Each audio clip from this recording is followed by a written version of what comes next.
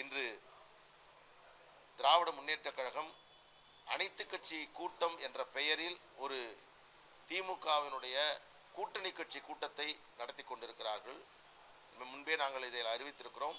பாட்டாளி மக்கள் கட்சியில் அதில் இடம்பெறாது என்று நாங்கள் அறிவித்திருக்கிறோம். எனவே இன்று நடைபெறக்கூடிய அந்த திமுகவினுடைய அனைத்து கட்சி கூட்டம் என்பதே தேவையற்றது. ஆனாலும் அவர்கள் மீது பல்வேறு ஊழல் குற்றச்சாட்டுகள், பல்வேறு விதமான விமர்சனங்கள் ஆளும் கட்சியின் மீது வரக்கூடிய இந்த சூழலில் அதை மடைமாற்றம் செய்வதற்காக இந்த கபட நாடகத்தை திராவிட முன்னேற்ற கழக அரசு செய்து கொண்டிருக்கிறது. சமீபத்தில் பாட்டாளி மக்கள் கட்சியினுடைய தலைவர் மரியாதைக்குரிய மருத்துவர் அன்புமணி ராமதாஸ் அவர்கள் மிக முக்கியமான ஒரு அறிக்கையை வெளியிட்டிருந்தார். தற்பொழுது இருக்கக்கூடிய தமிழ்நாடு பிற்படுத்தப்பட்ட ஆணையம் வரும் நவம்பர் மாதம் அதனுடைய பதவி காலம் என்பது முடிகிறது. அந்த பதவி காலம் முடிந்த பிறகு தற்பொழுது இருக்கக்கூடிய ஆணையத்தினுடைய தலைவர் மரியாதைக்குரிய உயர்நீதிமன்றத்தினுடைய ஓய்வு பெற்ற நீதியரசர் பாரதிதாசன் அவர்கள் இருந்து கொண்டிருக்கிறார். அவர் 3 ஆண்டுகளுக்கு முன்பு அவரோடு சேர்ந்து உறுப்பினர்கள் பிற்படுத்தப்பட்ட ஆணையத்தினுடைய நிர்வாகிகளாக நியமிக்கப்பட்டார்கள்.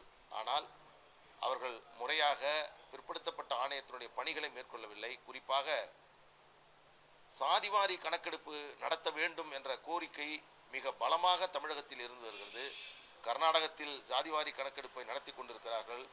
அதே போன்று தெலுங்கானா மற்றும் பிற மாநிலங்களில் சாதிவாரி கணக்கெடுப்பு பணிகள் நடந்து கொண்டிருக்கக்கூடிய வேளையில் தமிழகத்தில் சாதிவாரி கணக்கெடுப்பு நடத்துவதற்கான ஒரு உரிய நடவடிக்கையை தமிழ்நாடு பிற்படுத்தப்பட்ட ஆணையம் மேற்கொள்ளவில்லை. அதை மிக கடுமையாக நாங்கள் கண்டிக்கின்றோம். தன்னுடைய கடமையை, தன்னுடைய பொறுப்பை 3 ஆண்டுகளாக தமிழ்நாடு பிற்படுத்தப்பட்ட ஆணையம் செய்ய தவறி இருக்கிறது. குறிப்பாக பிற்படுத்தப்பட்ட ஆணையத்திற்கு வன்னியர்களுக்கு தனி இடஒதுக்கீடு, உள்ஒதுக்கீடு வழங்க வேண்டும் என்பதற்கான ஒரு டேர்ம்ஸ் ஆஃப் ரெஃபரன்ஸ் வெளியிடப்பட்டு அதற்கான தரவுகளை திரட்டி அரசிடம் கொடுக்க வேண்டும் என்று தமிழக அரசு பிற்படுத்தப்பட்ட ஆணையத்திற்கு தெரிவித்தது.